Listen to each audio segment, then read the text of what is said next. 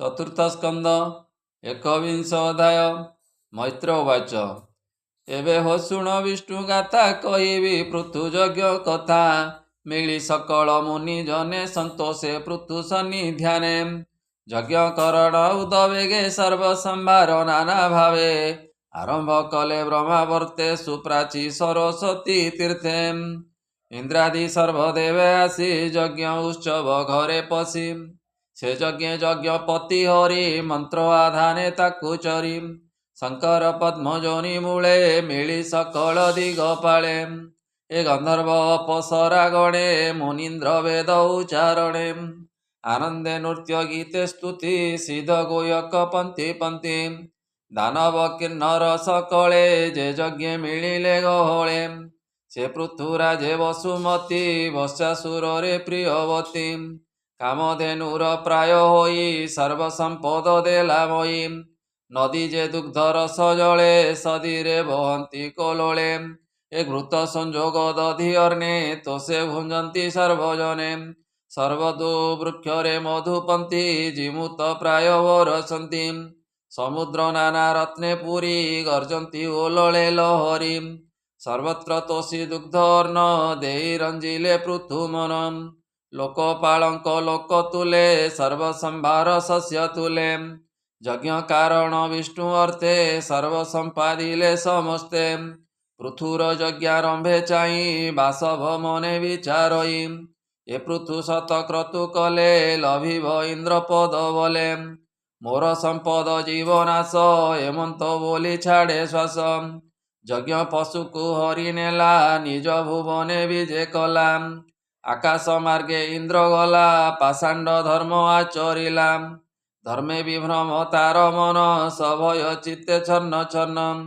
अत्रि जे थिले यज्ञशाळे असुर हरण जानिले ए पृथुपुत्र कुराई बेगे इंद्रर कर्म तांको आगे कहिले असहर वाणी पृथुनंदन ता शुणी ए धनुक सर घेनी हस्ते बेगे धाइला शून्य पथे ए डाकई रह रह वाणी सभये इंद्रता शुणी निज शरीर छिन्न कला जटिल रूप प्रकाशिला भस्मभूषित वेश चाही पृथुनंदन विचारई ए जटिल भस्म एहा गात्रे एहाकु मारिबि केमंते एमंते मने विचारिला इंद्र को बाट न छाड़िला तार रहिबा पथ देखी अत्रि यज्ञशाला उपेखी ए डाकई मार मार बेगे ता शुणी इंद्र शून्य मार्गे भये चाहिला दश दिशे स्वभावे केही नाही पासे कहई इंद्र बेगे मार स्वभावे यज्ञ स्वचरम हेमंत अत्रिर वचने जानी धाइला कोप मने ए धाइला अति क्रोध करी हस्तिकी जेसने केसरी बासव देखी त्रास मने अशोको छाड़ी अंतर ध्याने होइला शून्य मधे जाई पृथुनंदन विचारई परशु घेनी महारसे इंद्र को चाहे दश दिशे न देखी पूर्ण यज्ञ स्थाने मिलिला अत्रि सन्निधाने ताहाकु रजु हस्ते धरी अत्रि चरणे नमस्कारी तार अद्भुत कर्म देखी मुनि ए नाम उपलक्षी ए विष्णु उचारी पुण्य धाम देले से विजिता सोनाम हेमंते रजनी प्रवेशे इंद्र जे मिली यज्ञ देशे विचारी अंधकार छळे अशोकु पुणी नेला बळे यज्ञ रजु पतळे छळे रहिला सुवर्ण रजुरे अत्रि देखन्ते शून्य मार्गे त्रासे पळाई इंद्र बेगे अत्रि पृथुर मुख चाही बोइले असोआण जाई ता शुणी हस्ते धनु धरी धाइला घोरनाद करी डाकई रह रह वाणी तार वचन इंद्र शुणी पथे अशोकु छाड़ी छन्ने तक्षणे गला अंतर ध्याने पुणी से अशो धरी करे बेगे मिलिला द्वारे द्वारे पाषांड जन सेहि मते रूप प्रकाशिले जगते पृथुर यज्ञ घर स्थाने इंद्रर जेते रूप छन्ने पाषांड सेहि रूप चिंती अधर्म धर्म विचारंती के नग्न रक्त पट धरे के भस्म भूषण शरीरे अधर्म मार्ग आचरन्ति आत्मार हित न करन्ति पाषांड मार्गे ताई नित्ये दूषण देई वेद पते ତାହାଙ୍କ ମତେ ଯେ କରନ୍ତି ଅନ୍ତେ ନରକେ ପ୍ରବେଶନ୍ତି। ଅଶୋଚରାନ୍ତେ ଇନ୍ଦ୍ରପତେ ଛର୍ଣ୍ଣେ ଦଇଲା ରୂପ ଯେତେ। ଯେ ରୂପେ ପ୍ରକାଶୀ ପାଷାଣ୍ଡେ ନିଗମ ନିନ୍ଦିଲେ ବ୍ରହ୍ମାଣ୍ଡେ। ସେ କଥା ଶୁଣି ପୃଥୁ କୋପେ ଇନ୍ଦ୍ର ଝିଙ୍କା ସେ ଦେହ କମ୍ପେ। ଇନ୍ଦ୍ର ମାରଣେ କୋପ କରି ନିଜ କୋଦଣ୍ଡ કરે ଧରି। କୋପନ୍ତେ ଅରୁଣ ନୟନ ପ୍ରଚଣ୍ଡେ ବିରାଜେ ବଦନ। ଏ ପୃଥୁ ଗମନ ଦେଖି ରଣେ ବେଗେ ଚଳିଲେ ବିପ୍ରଗଣେ। ଇନ୍ଦ୍ରର ହତ ଚିତେ ବଇ କହନ୍ତି ପୃଥୁ ମୁଖ ଚାହିଁ। ଶୁଣ ହେ ପୃଥୁ ଧର୍ମ କଥା ଆଗମ ନିଗମ ଯେ ପ୍ରଥା।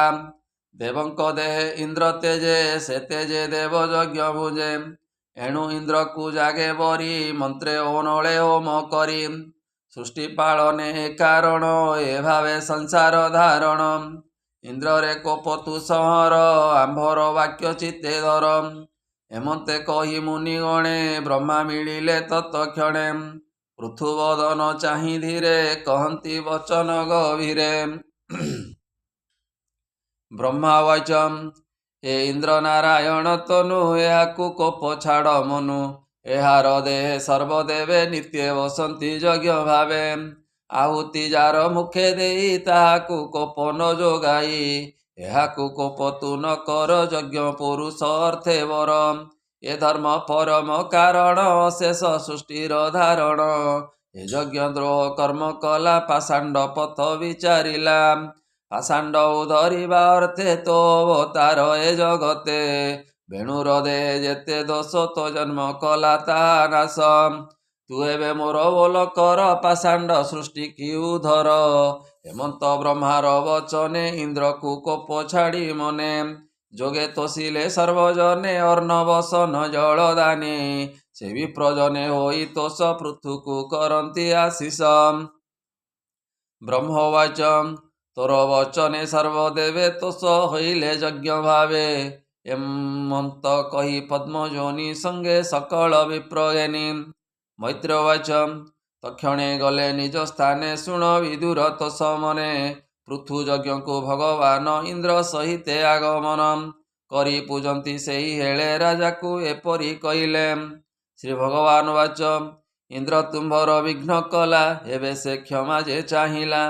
ଏହାକୁ କ୍ଷମା ଦିଅ ତୁମ୍ଭେ ଶୁଣ ଯା କହୁଛି ପ୍ରସ୍ତାବେ।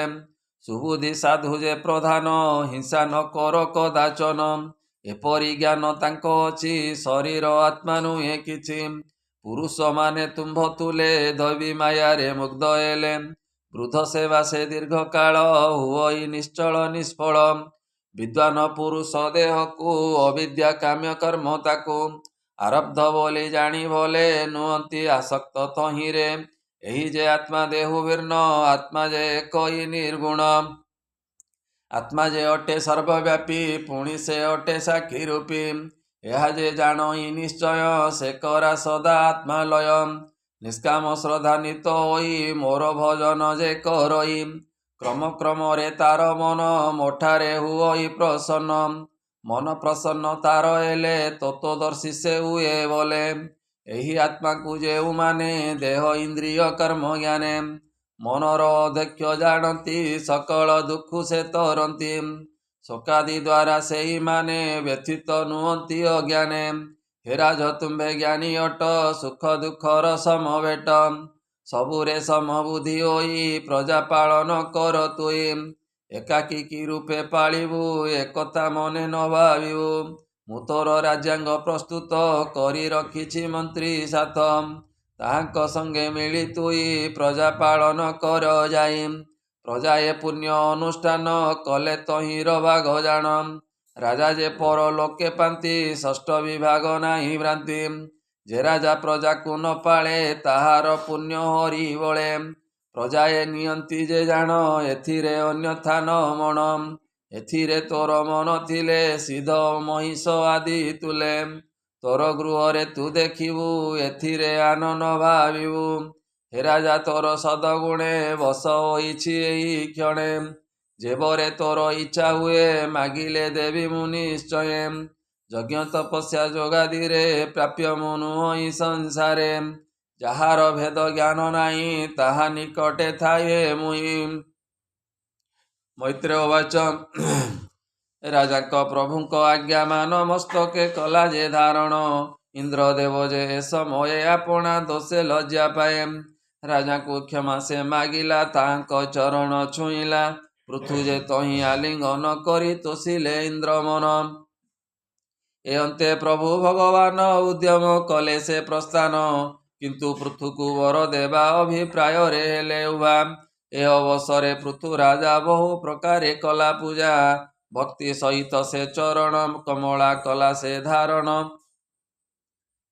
ଏ ସେ ପଦ୍ମ ପଳାଶ ଲୋଚନ କୃପା ଯେ କଲେ ବରଷଣ ପୃଥୁ ତାଙ୍କ ଦର୍ଶନ ସ୍ତବ କରଣେ କଲା ମନ ଲୋଚନ ଅଶ୍ରୁରେ ପୂରଣ ହେବାରୁ ନ କଲା ଦର୍ଶନ ଏ ବାଷ୍ପରେ ଗଦ ଗଦ ହେଲା ସ୍ତୁତି ସେ କରି ନ ପାରିଲା ଏ ତୃଷ୍ଣୀ ଭାବରେ ରହି କରି ଆଲିଙ୍ଗେ ପୃଥୁ ଯେ ଶ୍ରୀହରି ଚକ୍ଷୁରୁ ଜଳ ପୋଛି କରି ପୃଥୁ ଯେ ଚାହିଁଲା ଶ୍ରୀହରି ଆପଣା ଚରଣ ସ୍ଥାପିଲେ ଭୂମିରେ ସେ ଜାଣ ଏ ଗରୁଡ଼ ସ୍କନ୍ଧେ ହାତ ଦେଇ ଉଭା ହୋଇଲେ ଭାବ ଗ୍ରାହୀ ପୃଥୁରୁବାଚ ହେ ଦେବ ଦେବଙ୍କର ଦେବ ମୋତେ ଦୁଃଖ ନିସ୍ତାରିବ ଯେ ଭକ୍ତି ଜ୍ଞାନୀ ହୋଇଥିବ ଭୋଗ ବିଳାସନ ମାଗିବ ନାରକୀ ମାନଙ୍କର ଅଛି ଏହା ମୁଁ ପ୍ରତ୍ୟକ୍ଷ ଜାଣୁଛି ହେ ପ୍ରଭୁ ଏହା ମୁଁ ମାଗଇ 10 ସହସ୍ର ସ୍ୱର୍ଣ୍ଣ ଦେଇ ପୁରାଅ ମୋର ମନୋଭାବ ଶୁଣିବି ତୁମ୍ଭର ପ୍ରସ୍ତାବ ଯାହା ଶୁଣିଣ ଯୋଗୀ ଜନେ ନିଶ୍ଚଳେ ଥାନ୍ତି ରାତ୍ର ଦିନେ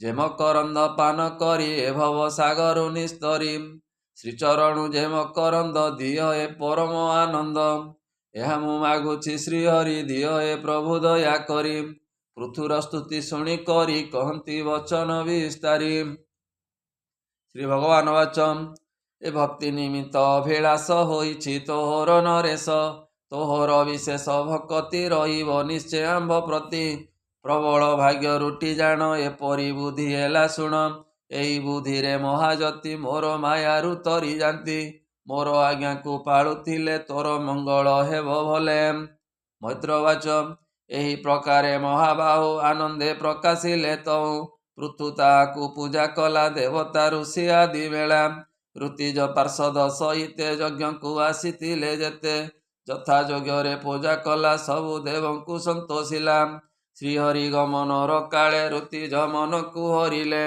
ଯହୁଁ ଚଳିଲେ ଭଗବାନ ପୃଥୁ ଚଳିଲା ନିଜ ଧାମ କହଇ ବିପ୍ର ଜଗନ୍ନାଥ ଭାଷା ପ୍ରବନ୍ଧେ ଭାଗବତମ୍ ଇତି ଶ୍ରୀମଦ୍ଭାଗବତେ ମହାପୁରାଣେ ପାରମହଂସ୍ୟାଂ ସହିତାଂ ଭାସିକ୍ୟାଂ ଚତୁର୍ଥ ସ୍କନ୍ଧେ ପୃଥୁ ରାଜା ଯଜ୍ଞ କରणे ନାମ एकविंश अध्याय बोल आनंदे कवार हरि हरि बोल।